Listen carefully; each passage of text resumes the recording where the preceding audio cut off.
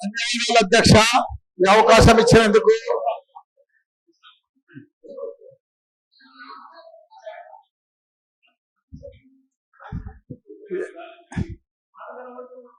సరే, పెళ్లికి వచ్చినా రాకున్నా కానీ ఒక అధ్యక్ష చాలా బాధాకరంగా ఉన్నది, చాలా ఇబ్బందికరంగా ఉన్నది. మా ఇన్ఛార్జ్ మంత్రి వల్లనే నాకు. ఎందుకంటే నేను సురువుల మా శ్రీధర్ బాబు మాకు ఇన్ఛార్జ్ వస్తా అంటే నాకు మంచి మిత్రుడు ఆయన.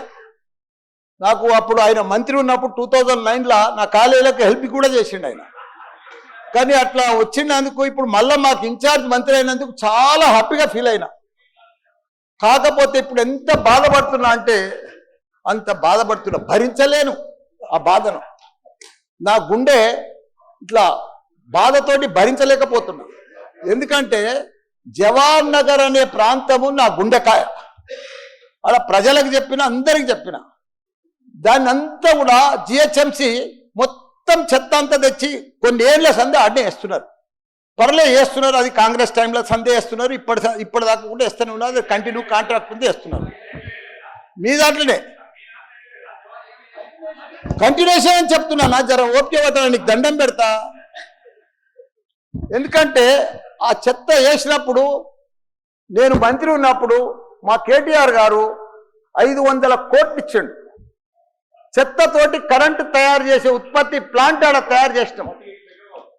దాన్ని అది కాకుండా 144 కోట్లతోటి క్యాపింగ్ పెట్టిన, మొత్తం మట్టి పోసి గడ్డి పెట్టి అది గుట్ట లెక్క తయారు చేసినాం.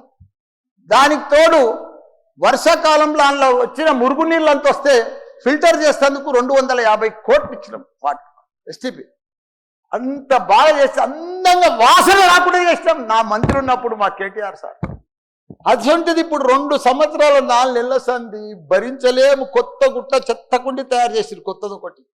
అది రోగాన బారి పడుతున్నారు. వాటర్ల పొల్యూషను, గాలిల పొల్యూషను, భూమిల పొల్యూషను, మురికి నీరు ఉండలేక 2 లక్షలన్నర ప్రజలు ఉంటున్నాడు. దయచేసి అన్నా శ్రీధర్ అన్న, నువ్వంటే నాకు చాలా అభిమానం, నన్ను పగబట్టకన్నా. ఎందుకంటే నా నియోజకవర్గం బంగారం అసుంటి, దేశంలోనే నంబర్ 1 అసుంటి మేడ్చల్ నియోజకవర్గం. దాన్ని తుకుడలు అచలం కుతలం చేసేది దాన్ని.